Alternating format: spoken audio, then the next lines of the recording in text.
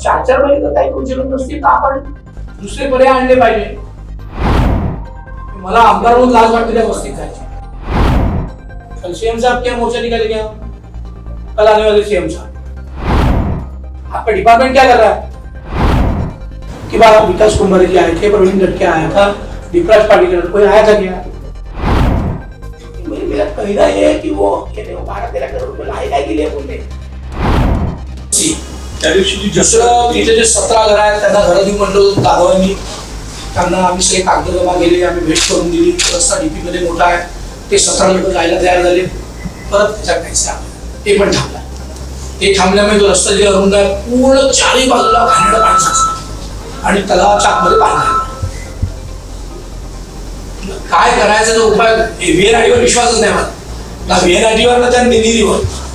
4-4 महिने जर काही करू शकत नसतील तर आपण दुसरे पर्याय आणले पाहिजे. काही मशीन्स आपण असाल तर मी शोधतो बाहेर मशीन टाकून बांधकांना काढला पाहिजे. तो जेव्हा पूर्ण निघेल ते पूर्ण गेलं. बाबूल साहेब नुसता हिरवा होऊन गेला, नुसते पक्ष. मला आमदार म्हणून लाज वाटते त्या वस्तीत जायची. ऐसे ये बोला था उसके वजह से नाइट तलाव में पानी आता है जिलकता है. Yes. और उसकी वजह से वहाँ पे पानी गंदा हो रहा है. Yes. हो रहा है समझे. Yes. तो उसके लिए वो एक बार आप VNIT से चेक करवाने वाले थे. हाँ. और वो उसको सजेशन देने वाले थे कि उसको अरेस्ट कैसे किया जा सकता है. तो उसमें उन्होंने कुछ किया क्या आगे? नहीं, उसमें अभी तक तो रिपोर्ट आना बाकी है. मग नागरिकांनी काय करायचं, तुमची अपेक्षा काय आहे? इथल्या नागरिकांनी काय करायचं? मशीन वगैरह लाकर लेकर गया, पर उसका रिपोर्ट जो है वो आना बाकी. नाइट तलाव में 12 करोड़ 10 करोड़ काय के लिए खर्च किया, इसके लिए ये पानी नीचे से पानी आएगा, जब पानी झिड़पेगा ये मालूम नहीं जाएगा. किया क्या हमने, क्या ये कंक्रीट की दीवार बना के क्या उसका फाइनल सोल्यूशन क्या है? वो टैंक बनाना है अपने को. और आपने टेस्टिंग की, वाटर टेस्टिंग की, उन्होंने मशीन लाई, उन्होंने टेस्ट किया. वहां के बस्ती के लोगों को मैंने क्या बोला ये बताइए, वो मैं बोलूँगा. कल सीएम साहब क्या मोर्चा निकाले क्या, कल आने वाले सीएम साहब, मी घेऊन जाता मोर्चा आहे का तुमच्या डिपार्टमेंटची आहे. कोण स्वच्छ करणार डे टू डे, त्याचा मालक कोण आहे त्या प्रॉपर्टीचा, जबाबदारी कोण घेईल ती? त्या शेजारच्या सगळ्या नागरिकांना त्रास होतोय, कोण घेईल 4 महिन्यापासून जबाबदारी? पावसाळ्यात चारही बाजूला पाणी आहे, तलावाच्या बाहेर, तलावाच्या आत पाणी गंदा आहे, तलावाच्या बाहेर पाणी आहे. सर वो जो आपका हनुमान मंदिर और मस्जिद के वहाँ पर जो पानी है, जो जिसको फिलिंग करनी है, वहाँ पर सिर्फ 30 मीटर का एक 30 से 25 मीटर का एक पैच है जो छुटा हुआ है. कल वो पार्टिकल से आपको भी दिखाया था. वो वहाँ पर जो कंपाउंड वॉल है वो अगर मैं तोड़ी तो ही मैं अंदर का फिट कर सकती हूँ. आपने रोका है किसी को? आपको किसी ने रोका सर था? अगर तोड़ दिया तो फिर तो वहाँ पर एनक्रोचमेंट हो जाएगा. कौन क्या कर, आप क्यों चिंता करते, उसको देखेंगे ना. आपका डिपार्टमेंट क्या कर रहा है? 17 बड़ा जोन के लोग क्या वहाँ बैठेगा सीट देखने के लिए? उनकी जिम्मेदारी एनक्रोचमेंट न होने के कारण जिम्मेदारी तो लेनी पड़ेगी ना. जिम्मेदारी नहीं लेंगे तो कंपाउंड वॉल नहीं तोड़ेंगे, लोग गंदे में रहेंगे. वहाँ के मंदिर तोड़ने के लिए आपने बोले तो किसी ने रोका क्या आपको? और साइमल्टेनियसली वो जो 17 मकान है वो आपकी जिम्मेदारी नहीं है, वो हेलसेट वार जाधव की जिम्मेदारी है. वो शिफ्ट होने वाले थे काढणं हा पहिला. और विषय मुद्दा असा आहे, पाणी चिरपता है ना, तो ते कुठून चिरपता है, काय चिरपता है, ते दिसायला तो काढावं लागेल ना. और मेरा कहना ऐसा है कि पानी आ रहा है, लिंडी तालाब से नाइट तालाब में पानी आ रहा है, कंक्रीट की दीवार बनाई क्यों? सर साइड का पानी नहीं है, मगर अंदर से जो पैलियो चैनल से सर वो आज की नहीं है, 200 साल पुराने. क्यों किए फिर हमने, क्यों बनाया नाइट तालाब? यदि वो गंदा पानी लेंडी तालाब से नाइट तालाब में आएगा तो आपके 11 करोड़ रुपए चले मैडम पानी में. आपने वो जो नाइट तालाब का प्रस्ताव जब भी बना होगा वो रिजुनेशन के लिए बनाया था ना. हाँ तो सर स्वच्छ करने के लिए बनाया था ना. तो पहले बेसिक चीजों पे रहेंगे हम कि पहले कंक्रीट की वॉल बनाए. नहीं सर, उसके साथ दोनों थे, लेंडी तालाब भी था और नाइट तालाब भी था. तो लेंडी तालाब भी साफ होगा तो लेंडी तालाब का पानी साफ होगा, तो नाइट तालाब का पानी साफ होगा. तो लेंडी तालाब का पानी साफ नहीं हो रहा. क्यों नहीं हो रहा? वहाँ अतिक्रमण है, बिल्कुल आपकी बात बराबर है, ऐसा कहना है ना आपका. अतिक्रमण है ना. एक यादव नाम के गृहस्थ ने अपनी जगह देकर आपको जाने की सारी जहाँ से आपकी सारी मशीनें जानी, वो काम क्यों बंद हुआ? सब उन्होंने दिया, ये बात सही है। हाँ। उन्होंने दी हुई जगह से डिवॉटरिंग हुआ 3 बार। उसके बाद जेसीबी दी गई उसके अंदर। बिल्कुल। उसके बाद जेसीबी ने एक स्ट्रोक मारा तो आजू बाजू के पूरे दीवारें हिलने लगी। हिलने दो ना, आप क्यों चिंता कर रहे हैं? पुलिस खड़ी रहेगी वहाँ, लोग दोनों तरफ से बात नहीं करेंगे, लोग एक तरफ से करेंगे। यदि उनको उनकी दीवारें उनका अतिक्रमण नहीं जाने देगा तो दोनों तरफ में बाढ़ दे छोड़ देंगे खुदा। लोग दोनों तरफ से कैसी बात कर सकते? उनको स्वच्छता चाहिए, उनको तालाब चाहिए, उनको उनके बच्चों का भविष्य चाहिए, तबियत ठीक चाहिए, स्किन डिसीज नहीं होनी चाहिए, सांस लेने की तकलीफ नहीं होनी चाहिए। तो ये जेसीबी चलने वाला है, पोगलैंड चलेगा और वो सारा अतिक्रमण है। आप उसकी चिंता क्यों कर रही? आपके विरोध में कोई आया क्या? वहाँ दीपराज पार्टी आया क्या? वहाँ के नगर सेवक आए कोई? तो वहाँ पे कुछ हाईकोर्ट का केस हुआ है अभी शायद। क्या केस हुआ? कोई केस नहीं हुआ। लेनी तालाब में कुछ हाईकोर्ट का क्या केस हुआ? लेनी तालाब में एक्चुअली विशेष इशू किती और अजून नाही ती तणावाची लढाई 27 आणि कुठलीही हायकोर्टाचं काही झालं नाही. साहेब आपण मुद्दा काय माहिती तुम्हाला? 1900 घर आहेत त्या तलावात, 1900 घर आहेत, त्याचं पट्टे वाटप होऊ शकतं. कारण तलावाच्या जागेत पट्टे देऊ शकतो तेवढा 400 जोडा. असे कसे सिलेक्ट होऊ शकतो आपण? तोडायचं असेल नाही, माझं म्हणणं आहे आपण सिलेक्ट होऊ शकत नाही सर. तुम्हाला तोडायचं तर 1900 घर तोडावं लागतील ना, ते गेले तोडावं लागणार. आणि आता 4 एकर तलाव बाकी आहे, 4-4.5 एकर बाकी आहे.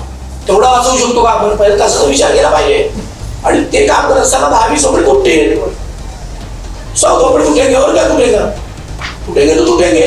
पुनः तालाब के बीच में बनाए ना, बीच में टीना ठोकी. तो आपको वो काम करने से किसी ने रोका क्या? बताओ तो मुझे, किसी ने रोका? कि बात विकास कुमार जी आए थे, प्रवीण लड़के आया था, दीपराज पार्टी कोई आया था क्या? नोटिस तो देने के लिए पहली बार मैंने बोला था वहाँ. आपके लोगों ने क्या किया मालूम नहीं? माना जब नोटिस दिए ना वो नजर वालों ने, जिनको नोटिस देना था उनको दिए, लेकिन उनके पीछे के 3-3, 4-4 इसमें वहाँ पैनिक खड़ा कर दिया. और वो पैनिक खड़ा करने से बस्ती ने एक मत से निर्णय लिया कि अभी हमको पट्टे भी नहीं चाहिए, कुछ नहीं चाहिए. क्या बताऊं मैं आपको?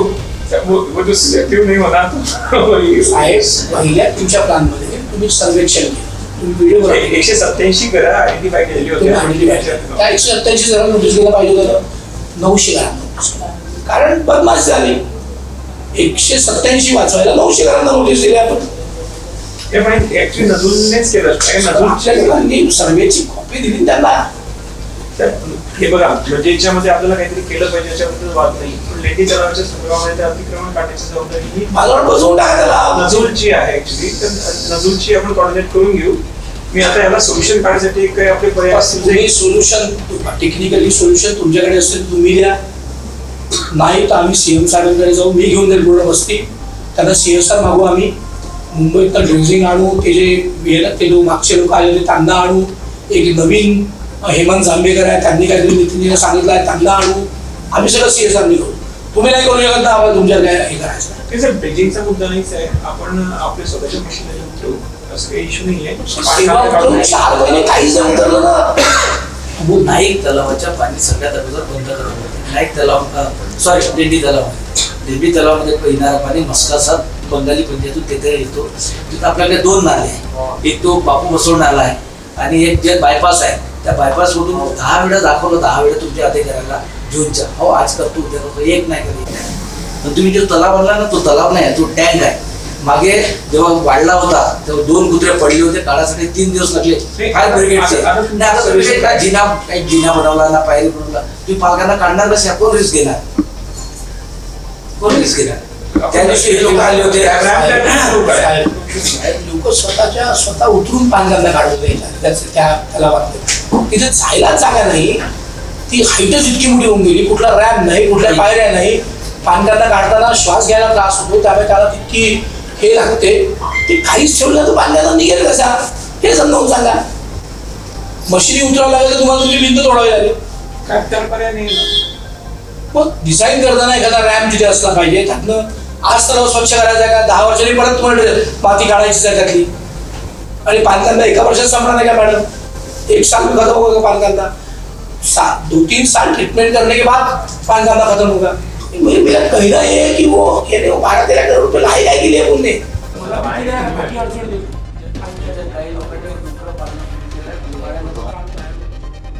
प्रयास ते करून करतो त्याला. इकडे तू इथे